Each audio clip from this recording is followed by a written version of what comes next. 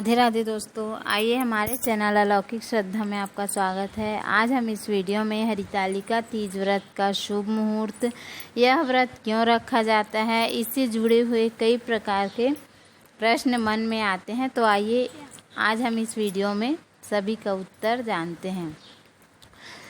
तो सबसे पहले हम पूजा का शुभ मुहूर्त जानेंगे। सुबह पूजा का मुहूर्त होगा 6:02 से 8:33 तक। इसकी अवधि कुल 2 घंटे 31 मिनट है। कई जगहों पर सूर्यास्त के बाद प्रदोष काल में पूजा करने का विधान है। इस दिन सूर्यास्त 6:36 पर हो रहा है। इसके बाद आप पूजा कर सकते हैं। तो आइए जानते हैं कि हरितालिका व्रत क्यों रखा जाता है।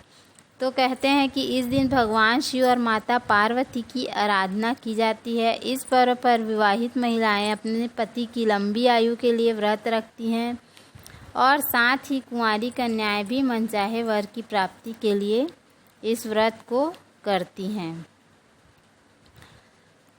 अब आइए जानते हैं कि कई लोग सोचते हैं कि हम इतना बड़ा व्रत रख रहे हैं तो बाल धोएं या नहीं।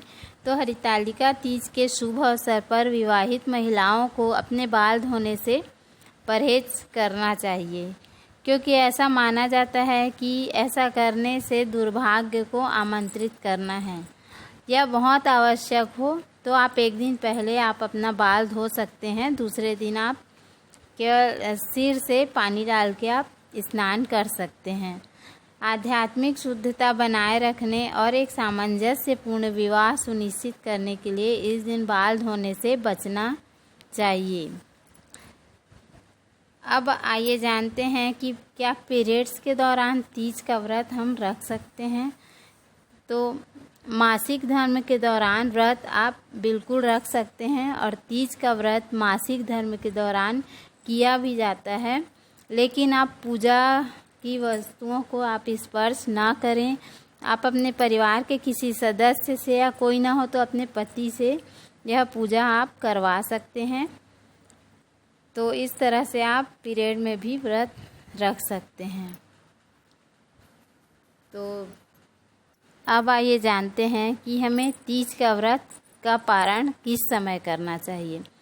तो व्रत के अनुष्ठान के बाद तीज व्रत को सूर्योदय से पहले पूरा करना होता है और प्रसाद खाकर ही आप अपना व्रत का पारण कर सकते हैं। व्रत के पारण के समय अच्छा और स्वास्थ्यवर्धक भोजन करना चाहिए, क्योंकि एक दिन पहले ही निर्जल व्रत रखने के बाद आप हैवी खाना खाएंगे तो आपकी तबीयत बिगड़ सकती है। तो इस चीज़ का भी आप ध्यान रखें।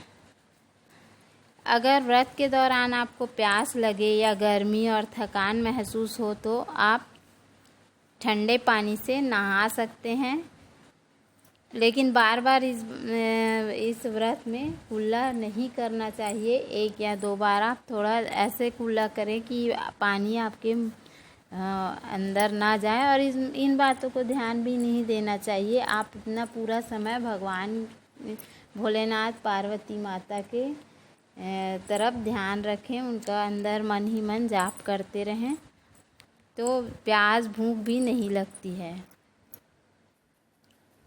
तो इस तरह से आपको तीज का व्रत रखना चाहिए। यदि हमारे द्वारा दी गई जानकारी आपको पसंद आई होगी तो हमारा वीडियो लाइक, शेयर और सब्सक्राइब करना ना भूलें। धन्यवाद। राधे राधे।